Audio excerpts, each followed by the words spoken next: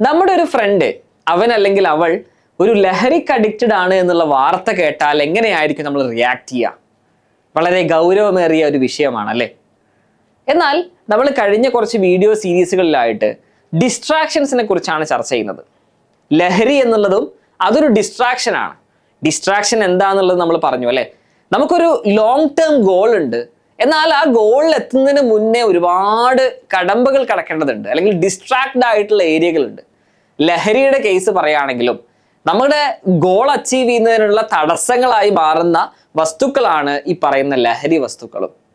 എന്നാൽ ചിത്രത്തിൽ കാണുന്ന പോലെ കഞ്ചാവ്, ബീഡി, മദ്യം ഇത് മാത്രമല്ല ലഹരി എന്ന് പറയുന്നത്, അല്ലെങ്കിൽ ഇത് മാത്രമല്ല നേരത്തെ നമ്മൾ പറഞ്ഞ ഡിസ്ട്രാക്ഷൻസ് എന്ന് പറയുന്നത്.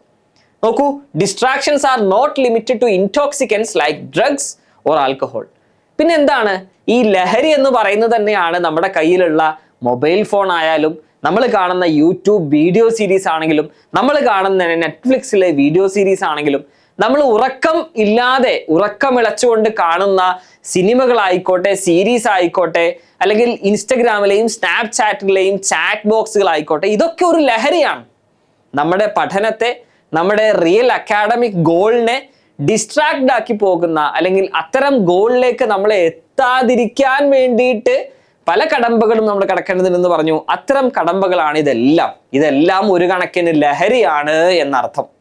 അപ്പൊ നമ്മുടെ ഒരു ഫ്രണ്ട് ഒരു സോഷ്യൽ മീഡിയ അഡിക്റ്റഡ് ആണ് എന്നറിഞ്ഞാൽ, നമ്മുടെ ഒരു ഫ്രണ്ട് അവൻ നെറ്റ്ഫ്ലിക്സിൽ എല്ലാ ദിവസവും രാത്രി സിനിമ കണ്ടിരിക്കുകയാണ്, അവൻ ഉറക്കം കിട്ടുന്നില്ല എന്ന് പറഞ്ഞാൽ, നമ്മുടെ ഒരു ഫ്രണ്ട് സ്നാപ്ചാറ്റിൽ നിരന്തരം സ്നാപ്പുകൾ അയക്കുന്ന ഒരാളാണ്, അവന് പഠിക്കുന്ന സമയത്ത് പോലും സ്നാപ്ചാറ്റ് അഡിക്റ്റഡ് ആണ് എന്ന് പറഞ്ഞാൽ നമ്മൾ എങ്ങനെയായിരിക്കും ഇതിന് റിയാക്ട് ചെയ്യുക?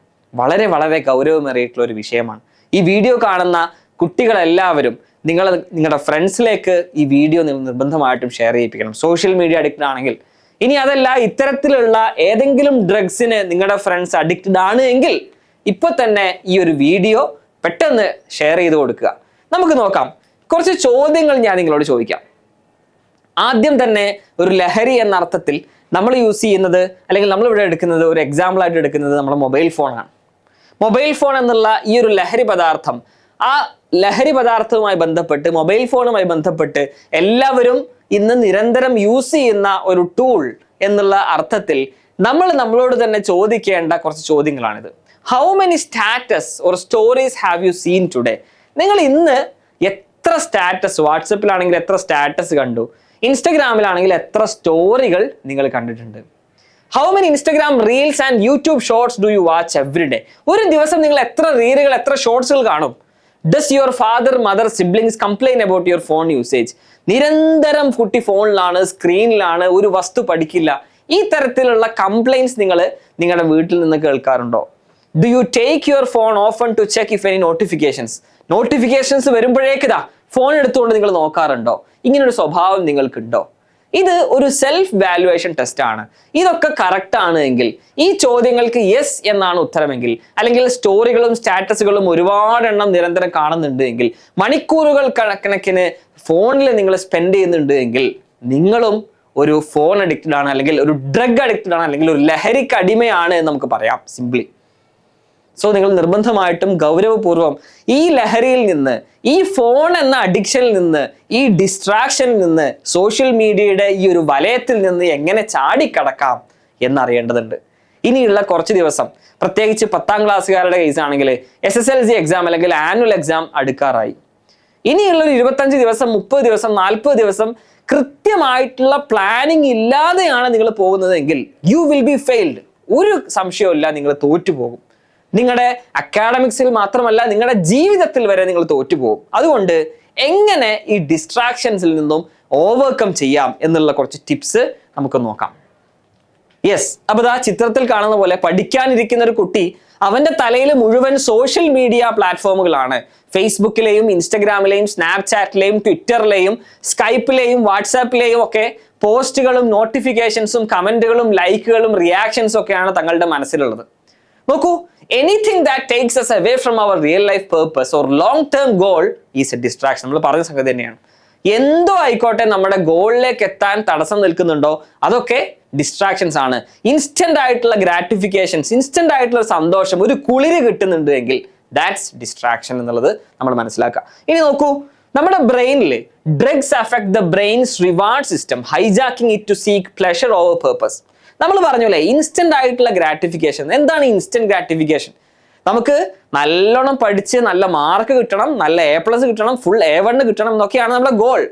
അത് കിട്ടുമ്പോൾ സ്വാഭാവികമായിട്ട് നമ്മുടെ ബ്രെയിനിന് ഒരു പ്ലഷർ ഉണ്ടാവും, അല്ലേ? പ്ലഷർ ഉണ്ടാവും. എന്നാൽ ഈ ഒരു പ്ലഷറിലേക്ക് എത്താൻ ഒരുപാട് സമയം വേണം, ഒരുപാട് ഹാർഡ് വർക്ക് വേണം, ഒരുപാട് സ്മാർട്ട് വർക്ക് വേണം, ഒരുപാട് സമയം സ്പെൻഡ് ചെയ്യണം, ഒരുപാട് വർക്ക് ചെയ്യണം. എന്നാൽ ഇതിനൊന്നും സമയം വേണ്ട. പെട്ടെന്നൊരു ഗ്രാറ്റിഫിക്കേഷൻ, പെട്ടെന്ന് ഇൻസ്റ്റഗ്രാം തോണ്ടിക്കഴിഞ്ഞാൽ നമുക്ക് എന്ത് കിട്ടുന്നു? സ്ക്രോൾ ചെയ്ത് കഴിഞ്ഞാൽ നമുക്ക് ചെറിയൊരു സന്തോഷം അല്ലെങ്കിൽ ഒരു സമാധാനം അല്ലെങ്കിൽ മനസ്സിനൊരു ആശ്വാസം കിട്ടുന്നുണ്ടെങ്കിൽ നമ്മുടെ ബ്രെയിനിന്റെ പ്ലഷർ സീക്ക് ചെയ്യാൻ വേണ്ടിയിട്ട് ഇത്തരം ആക്ടിവിറ്റീസിൽ നമ്മൾ ഇൻവോൾവ് ചെയ്യുന്നുണ്ടെങ്കിൽ it's actually hijacking to seek pleasure over purpose. നമ്മൾ യഥാർത്ഥത്തിലുള്ള നമ്മുടെ പേർപ്പസ് എന്താ? നല്ലോണം പഠിച്ച് നല്ലോണം ഹാർഡ് വർക്ക് ചെയ്ത് നമ്മുടെ റിസൾട്ട് അച്ചീവ് ചെയ്യുക, നല്ല മാർക്ക് നേടുക, എക്സാമിൽ നല്ലോണം പെർഫോം ചെയ്യുക എന്നുള്ളതാണ്. അതിന് പകരം ഇത്തരത്തിലുള്ള ചെറിയ ചെറിയ സന്തോഷങ്ങൾക്ക് പിന്നാലെ പോയി നമ്മുടെ റിയൽ പ്ലഷറിന് പകരം സ്യൂഡോ പ്ലഷർ കണ്ടെത്തുന്ന ആളുകൾ, ഇതാണ് ഇത് ആക്ച്വലി ഒരു ഹൈജാക്കിംഗ് ആണ്. നമ്മുടെ ബ്രെയിനിനെ നമ്മൾ തന്നെ കബളിപ്പിക്കുന്ന ഒരു പ്രോസസ്സിലാണ് നിങ്ങളുള്ളത് എന്നുള്ളത് നമ്മൾ മനസ്സിലാക്കുക. ഡോപ്പമിൻ എന്നുള്ള എഫക്റ്റ്, ഡോപ്പമിൻ ഒരു കെമിക്കൽ പ്രോസസ് ആണല്ലേ. നമുക്കൊക്കെ അറിയുന്നുണ്ടാവും, നമ്മളൊരു സീരിയൽ കാണുകയാണ് അല്ലെങ്കിൽ ഒരു സിനിമ കാണുകയാണ്, അതിന്റെ ഒരു ക്ലൈമാക്സ് മൊമെന്റിൽ നമുക്ക് എല്ലാവർക്കും ഡോപ്പമിൻ റഷ് വരാനുണ്ട്. എന്തായിരിക്കും എൻ്റെ ക്ലൈമാക്സ് വരുന്നുണ്ടാവുക? അതിലുള്ള നായകന്മാരുടെ അഭിനയം, അതിൽ വരുന്ന ക്ലൈമാക്സ്, ത്രില്ലിംഗ് ക്ലൈമാക്സ് ആലോചിച്ചുകൊണ്ട്, അല്ലെങ്കിൽ ഒരു ഗെയിം കളിക്കുകയാണ്, അതിൽ ഗെയിമിലെ അവസാനത്തെ മൊമെന്റിൽ നമ്മൾ വിൻ ചെയ്യാൻ പോകുമ്പോൾ നമുക്ക് കിട്ടുന്ന ഒരു ത്രില്ല്, ഒരു ഡോപ്പമിൻ എഫക്റ്റ് ഉണ്ട്. ഇതേ ഡോപ്പമിൻ ആക്ച്വലി നമ്മുടെ സ്റ്റഡീസിൽ നമുക്ക് അപ്ലൈ ചെയ്യാൻ കഴിയുകയാണെങ്കിൽ that's the way you can overcome your distractions. നമുക്ക് നമ്മുടെ ലൈഫിൽ നമ്മുടെ റിയൽ ഗോൾ അച്ചീവ് ചെയ്യാൻ വേണ്ടിയിട്ട് ഈ ഒരു ഡോപ്പമിൻ നിങ്ങൾ കൊണ്ടുവരാൻ ട്രൈ ചെയ്യുകയാണെങ്കിൽ you can really achieve on your goal. അതെങ്ങനെയാണെന്ന് നമുക്ക് നോക്കാം. ഈ പറഞ്ഞ പോലത്തെ ചിത്രങ്ങളിൽ അല്ലെ, ഇതൊക്കെ നിങ്ങൾക്ക് സുപരിചിതമായിട്ടുള്ള, അല്ലെങ്കിൽ നിങ്ങൾ എല്ലാവരും ഇത്തരത്തിലുള്ള ഘട്ടങ്ങളിലൂടെ കടന്നു പോകുന്ന ആളായിരിക്കാം. രാത്രി ഒരുപാട് സമയം ഫോണിൽ തോണ്ടിക്കൊണ്ടിരുന്ന് സമയം ചെലവഴിച്ച് പിറ്റേ ദിവസം സ്കൂളിൽ മര്യാദക്ക് ക്ലാസ്സിൽ അറ്റൻഡ് ചെയ്യാൻ കഴിയാത്ത ഒരുപാട് മക്കളുണ്ട്. നെറ്റ്ഫ്ലിക്സിൽ ഒരുപാട് സമയം സ്പെൻഡ് ചെയ്യുന്ന ആളുകളുണ്ട്. ഗെയിം കളിച്ചിരിക്കുന്ന, മണിക്കൂർ കണക്കിന് സമയം ഗെയിം കളിച്ചിരിക്കുന്ന, എക്സാമിന്റെ തലേ ദിവസം പോലും ഗെയിം കളിച്ചുകൊണ്ട് ആ ഒരു എക്സാം ഫിയറിനെ മാറ്റാൻ വേണ്ടിയിട്ട് ഈ ഒരു ഗെയിം കളിച്ചുകൊണ്ടുള്ള ഒരു സ്യൂഡോ പ്ലഷർ കണ്ടെത്തുന്ന ഒരുപാട് മക്കളുണ്ട്, അല്ലെ? ഇത്തരത്തിലുള്ള ഡിസ്ട്രാക്ഷൻ ഒക്കെ നമുക്ക് എങ്ങനെയെങ്കിലും ഓവർകം ചെയ്യണം എന്നുള്ളത് നമ്മൾ മനസ്സിലാക്കുക. അല്ലെങ്കിൽ നമ്മൾ എന്താവുന്നറിയോ, ഒരു സർക്കസിലെ ഒരു ആനയെ പോലെ ആയിത്തീരും എന്നുള്ളതാണ് പറഞ്ഞു വരുന്നത്. എന്താണ് സർക്കസിൽ ഒരു ആനയുടെ പ്രത്യേകത? നമുക്ക് ഒരുപാട് പവറുകളുണ്ട്, നമുക്ക് ഒരുപാട് ശക്തികളുണ്ട്, സ്കില്ലുകളുണ്ട്, നമുക്ക് നമ്മുടെ ഈ ലോകം കീഴടക്കാൻ പാകത്തിനുള്ള കഴിവും ഇന്റലിജൻസ് ഒക്കെ ഉണ്ട്. പക്ഷെ നമ്മളത് പ്രവർത്തിക്കുന്നില്ല, നമ്മൾ നമ്മുടേതായിട്ടുള്ള ലോകത്ത് ചുരുങ്ങി പോവുകയാണെങ്കിൽ, നമ്മൾ നമ്മുടേതായിട്ടുള്ള പ്ലഷർ മാത്രം ഒതുങ്ങിയിരിക്കുകയാണെങ്കിൽ നമുക്ക് അവിടെ സക്സസ് എന്ന് പറയുന്ന ഒരു പോയിന്റിലേക്ക് എത്താൻ കഴിയില്ല. സർക്കസിൽ എത്തുന്ന ഒരു ആനയുടെ കഥയും ഇത് തന്നെയാണ്. ഒരു ചെറിയ ആന സർക്കസ് കൂടാരത്തിലേക്ക് ഒരു ആനപ്പാപ്പ കൊണ്ടുവരുന്നു. ആ സർക്കസ് കൂടാരത്തിലുള്ള ഒരു കമ്പിയിൽ, ഒരു ചങ്ങലയിൽ ബന്ധിപ്പിച്ചിടുന്നു. ആ ആനയ്ക്ക് ഒരു സ്വാതന്ത്ര്യവും ഇല്ല. ആനയുടെ ലോകം ആ സർക്കസ് കൂടാരത്തിൽ മാത്രം ഒതുങ്ങിപ്പോകുന്നു. ആനപ്പാപ്പാൻ പറയുന്നത് എന്തോ, അല്ലെങ്കിൽ സർക്കസിലുള്ള സർക്കസുകാർ പറയുന്നത് എന്തോ, അത് മാത്രം ചെയ്യുന്ന ഒരു ആനയായിട്ട് മാറുകയാണ്. ഈ ചെറിയ ആന കുട്ടി ആന വലിയ ആന ആയിട്ട് മാറിയാലും ആനയ്ക്ക് ആനയുടെ വലുപ്പം അറിയുന്നില്ല എന്ന് പറഞ്ഞ പോലെ ആനയ്ക്ക് ഒരുപാട് ശക്തിയുണ്ട്, ഈ ആളുകളെയൊക്കെ ചവിട്ട് മതിച്ചു പോകാനുള്ള കഴിവുണ്ട് ആനയ്ക്ക്. പക്ഷേ ആന ആ ചെറിയ പ്രായത്തിൽ ചങ്ങലക്കുള്ളിൽ ബന്ധിപ്പിച്ചൊരു ആന ആയതുകൊണ്ട് തന്നെ വലുതായാൽ പോലും ആളുകൾ പറയുന്നതിനനുസരിച്ച് ഒരു മടിയനായിട്ട് അവിടെ ഇങ്ങനെ നിൽക്കും, അല്ലെങ്കിൽ തൻ്റെ ശക്തി പുറത്തേക്ക് എടുക്കാനുള്ള ഒരു ആവതി ആനയ്ക്ക് ഇല്ലാത്തൊരവസ്ഥയിലാണ്. ഇതേ പ്രശ്നം നമ്മുടെ മക്കൾക്ക് എല്ലാവർക്കും വരും കേട്ടോ. നിങ്ങൾ സൂക്ഷിച്ചു വെച്ചോളൂ, നിങ്ങൾ കരുതിയിരുന്നോളൂ. നിങ്ങൾ ഈ പറഞ്ഞ സോഷ്യൽ മീഡിയ അഡിക്റ്റഡ് ആയിട്ട് പോവുകയാണെങ്കിൽ, നിങ്ങൾ ഈ സോഷ്യൽ മീഡിയക്കും ഫോണിനും ലഹരിക്കൊക്കെ ചെങ്ങല ബന്ധിപ്പിച്ച് നിൽക്കുകയാണെങ്കിൽ ആനയുടെ, സർക്കസ് കൂടാരത്തിലെ ആനയുടെ അവസ്ഥയാകും നിങ്ങളുടെ ലൈഫിലും നിങ്ങൾ തോറ്റുപോകും എന്നുള്ള കാര്യം നിങ്ങൾ മനസ്സിലാക്കുക. അപ്പൊ how to overcome these distractions, ഇതാണ് നമ്മൾ ഇന്നത്തെ വീഡിയോയിൽ ഡിസ്കസ് ചെയ്യുന്നത്. നിർബന്ധമായിട്ടും നിങ്ങളെ എല്ലാ ഫ്രണ്ട്സിലും ഈ വീഡിയോ ഷെയർ ചെയ്യണം. കാരണം എല്ലാ കുട്ടികൾക്കും ഉണ്ടായേക്കാവുന്ന പ്രധാനപ്പെട്ട കുറച്ച് പ്രശ്നങ്ങൾ തന്നെയാണിത്. ഇതിനെങ്ങനെ നമുക്ക് മറികടക്കാം എന്നുള്ളത് നമുക്ക് നോക്കാം. റെഡി? സോ നമ്മൾ ആദ്യമായിട്ട് പറയുന്നത്, why willpower is not enough. Willpower ഉണ്ടാവില്ലേ നമുക്ക്? നമ്മളൊരു പക്ഷേ ഈ വീഡിയോ കാണുമ്പോൾ നമുക്കൊരു മോട്ടിവേഷൻ കിട്ടും. ഇനി മുതൽ ഞാൻ അങ്ങോട്ട് പഠിച്ച് തകർക്കും, അല്ലേ? ഇനി മുതൽ ഉള്ള ഒരു 2 ആഴ്ച 3 ആഴ്ച ദിവസം ഞാൻ അടിച്ച് പൊളിച്ച് പഠിക്കും, എനിക്ക് എന്തായാലും ഫുൾ A+ അല്ലെങ്കിൽ ഫുൾ A1 കിട്ടും എന്നുള്ള പ്രതീക്ഷയിലൊക്കെ നന്നായിട്ട് പഠിക്കാനിരിക്കുന്ന ആളുകളുണ്ടാവും. പക്ഷേ ഒരു വിൽ പവറോ അല്ലെങ്കിൽ ഇങ്ങനത്തെ ഒരു സൂപ്പർ മോട്ടിവേഷൻ കിട്ടിയത് കൊണ്ട് മാത്രം നിങ്ങളുടെ ലൈഫ് ചേഞ്ച് ചെയ്തോളുന്നില്ല. ഇതൊരു ചിത്രമാണ്. You can't stop a waterfall with a bucket, അല്ലേ? ഒരു വലിയൊരു വാട്ടർഫാൾ വരുന്നുണ്ട്, നമുക്ക് ജസ്റ്റ് ഒരു ബക്കറ്റ് പിടിച്ചുകൊണ്ട് എന്ത് ചെയ്യാൻ പറ്റില്ല, ഒരു വാട്ടർഫാള് തടുക്കാൻ കഴിയില്ല, സ്വാഭാവികമാണ്, അല്ലേ? ഇതുപോലെ തന്നെയാണ് ജസ്റ്റ് ഒരു സൂപ്പർ ഒരു മോട്ടിവേഷൻ ഒക്കെ കിട്ടി, നമുക്കൊരു വിൽ പവർ ഒക്കെ ഉണ്ട് എന്നൊക്കെ പറഞ്ഞിട്ട് യെസ് ഐ ക്യാൻ എന്നൊക്കെ പറഞ്ഞിട്ട് ഒരു പരീക്ഷയെ ഫേസ് ചെയ്യാം, ഇനി മുതൽ അങ്ങോട്ട് ഞാൻ അടിച്ച് പൊളിച്ച് തകർക്കും എന്നൊക്കെ പറഞ്ഞിട്ട് അടിപൊളിയായിട്ട് പഠിക്കും, ഞാൻ ഫോണൊക്കെ ഒഴിവാക്കുകയാണ് എന്നൊക്കെ പറഞ്ഞിട്ട് എല്ലാം തകർത്ത്, അല്ലെങ്കിൽ പറഞ്ഞ പോലെ തന്നെ ഒരു സമയം പോലും വേസ്റ്റ് ആക്കില്ല എന്നൊക്കെ പറഞ്ഞിട്ട് ആവേശത്തോട് കൂടിയിട്ട് വരുന്ന ആളുകൾ. ഈ ആവേശം ഒരു പക്ഷേ കുറച്ച് സമയത്തിന് മാത്രമേ ഉണ്ടാവുള്ളൂ. സോ ആവേശമല്ല നമുക്ക് വേണ്ടത്, നമുക്ക് കൃത്യമായിട്ടുള്ള സ്ട്രാറ്റജീസ് ആണ് വേണ്ടത്. നമുക്ക് കൃത്യമായിട്ട് എങ്ങനെ ഒരു പ്ലാൻ തയ്യാറാക്കാം, ഇനിയുള്ള ദിവസം കൃത്യമായൊരു പ്ലാനൊക്കെ തയ്യാറാക്കി അടിപൊളിയായിട്ട് പഠിക്കാനിരുന്നാൽ you can achieve on your target. Okay, so നമുക്ക് നോക്കാം എന്താണ് ഇതിൻ്റെ ഒരു സ്ട്രാറ്റജി നമുക്ക് അപ്ലൈ ചെയ്യേണ്ടത് എന്നുള്ളത്. ഈ ഹാബിറ്റ് ലൂപ്പിനെ കുറിച്ച് കഴിഞ്ഞ വീഡിയോ നമ്മൾ പറഞ്ഞിരുന്നു. ഹാബിറ്റ് ലൂപ്പിൽ പ്രധാനമായിട്ടും 4 സ്റ്റെപ്പുകളാണുള്ളത്. ഈ 4 സ്റ്റെപ്പുകൾ നമ്മൾ പഠിച്ച് അത് നമ്മുടെ ജീവിതത്തിൽ അപ്ലൈ ചെയ്യുകയാണെങ്കിൽ നമ്മൾ എന്തായാലും ഈ ഒരു ഡിസ്ട്രാക്ഷൻ എന്ന് പറയുന്ന ഒരു സംഗതിയിൽ നിന്ന് കുറച്ചെങ്കിലും നമുക്ക് കരകയറാൻ കഴിയും. സോ ഹാബിറ്റ് ലൂപ്പിന്റെ 1ാമത്തെ സ്റ്റെപ്പ് ക്യൂ എന്നുള്ളതാണ്. എന്താണ് ക്യൂ എന്ന് പറയാം. 2ാമത്തേത് ക്രേവിംഗ് ആണ്, 3ാമത്തെ റെസ്പോൺസ് ആണ്, 4ാമത്തെ റിവാർഡാണ്. ഫോർ എക്സാമ്പിൾ ക്യൂ എന്ന് പറയുമ്പോൾ നമ്മളിങ്ങനെ ഒരു ബോർ അടിച്ചിരിക്കുകയാണ്. ഫോർ എക്സാമ്പിൾ നമ്മൾ വീട്ടിൽ ഇങ്ങനെ തനിച്ചിരിക്കുകയാണ്, നമ്മുടെ കയ്യിൽ മൊബൈൽ ഫോൺ ഉണ്ട്, നമ്മൾ പുസ്തകം മേ ബി ഒരു പുസ്തകമൊക്കെ വായിക്കാൻ വേണ്ടിയിട്ട് പുസ്തകമൊക്കെ തുറക്കാനിരിക്കാവും, ഒരു ബോറടിയൊക്കെ ഉണ്ട്, ഇനിയിപ്പോൾ പഠിക്കണമല്ലോ എന്നൊക്കെ മടി പിടിച്ചിങ്ങനെ ഇരിക്കാവും. അപ്പോഴായിരിക്കും നമുക്ക് ഒരു നോട്ടിഫിക്കേഷൻ വരുന്നുണ്ടാവുക. നമ്മുടെ മൊബൈൽ ഫോണിൽ നിന്ന് ഒരു നോട്ടിഫിക്കേഷൻ വരുന്നു, ഇൻസ്റ്റാഗ്രാമിൽ നിന്ന് ആരോ മെസ്സേജ് അയക്കുന്നു, റീൽ അയച്ചിരുന്നു, അത് നമ്മൾ കാണുകയാണ്. അതാണ് ക്യൂ എന്ന് പറയുന്നത്. നെക്സ്റ്റ് സ്റ്റേജ് ക്രാവിംഗ് ആണ്. നമുക്കത് എങ്ങനെയെങ്കിലും ഒന്ന് തുറന്നു നോക്കണം, എന്താണ് റീൽ അയച്ചിട്ടുണ്ടായിരിക്കുക. നമ്മുടെ ഒരു ബെസ്റ്റ് ഫ്രണ്ട് ആയിരിക്കും, അവർ ഇൻസ്റ്റാഗ്രാമിൽ റീൽ ഷെയർ ചെയ്തിട്ടുണ്ടാവും, അതെങ്ങനെയെങ്കിലും നമുക്കൊന്ന് തുറന്നു നോക്കണം. അത് ക്രേവിംഗ് ആണ്. ഈ ക്രേവിംഗ് നമ്മൾ എങ്ങനെയാണോ റെസ്പോണ്ട് ചെയ്യുന്നത്, ഫോർ എക്സാമ്പിൾ നമ്മൾ റെസ്പോൺസ് ആയിട്ട് ഇൻസ്റ്റാഗ്രാം എടുത്തു, ആ റീല് കണ്ടു, ഒരു റീലിൽ നിൽക്കില്ല, 2ാമത്തെ റീലിലേക്ക് പോകുന്നു, 3, 4, 5, 6 മണിക്കൂർ കണക്കിന് റീലുകൾ കണ്ടിരിക്കുന്നു, അന്നത്തെ ദിവസം അവിടെ ഖലാസ്, അന്നത്തെ ദിവസം അവിടെ കഴിഞ്ഞു, അല്ലേ?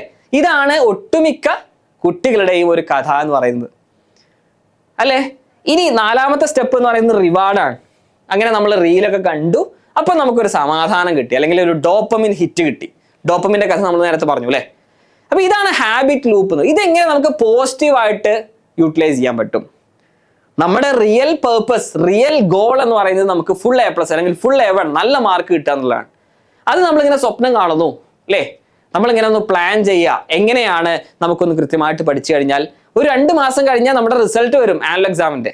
ഈ ആനുവൽ എക്സാം റിസൾട്ട് നോക്കുന്ന ദിവസം എൻ്റെ റോൾ നമ്പർ ടൈപ്പ് ചെയ്ത് സെർച്ച് നോക്കി കഴിഞ്ഞാൽ എൻ്റെ പേരിൽ വരുന്ന റോൾ നമ്പറിലുള്ള എൻ്റെ മാർക്ക് ഷീറ്റിൽ ഫുൾ A+ അല്ലെങ്കിൽ ഫുൾ A1 എനിക്ക് കിട്ടിയാൽ ആ ഒരു സന്തോഷം നിങ്ങൾ ഇമേജിൻ ചെയ്ത് നോക്കൂ. അതിന് വേണ്ടിയിട്ട് നമ്മൾ എന്ത് ചെയ്യണം? ക്രേവ് ചെയ്യണം. നമ്മളതിന് വേണ്ടിയിട്ട് വർക്ക് ചെയ്യണം, അല്ലെങ്കിൽ നമ്മളതിന് വേണ്ടിയിട്ട് സ്റ്റെപ്പ് എടുത്ത് തുടങ്ങണം, അല്ലേ? ഇൻസ്റ്റാഗ്രാം തുറന്നു എന്ന് പറഞ്ഞ പോലെ നമ്മൾ പുസ്തകം തുറക്കണം, നമ്മുടെ പ്ലാൻ തയ്യാറാക്കണം. നമുക്ക് ഏത് സബ്ജക്ട്സ് ആണോ വീക്ക് എന്നുള്ളത് മനസ്സിലാക്കിക്കൊണ്ട് ആ സബ്ജക്ട്സ് നമ്മൾ ഫോക്കസ് ചെയ്യണം. ആൻഡ് 3rd വൺ റെസ്പോൺസ്, നമ്മൾ നന്നായിട്ട് പഠിക്കണം.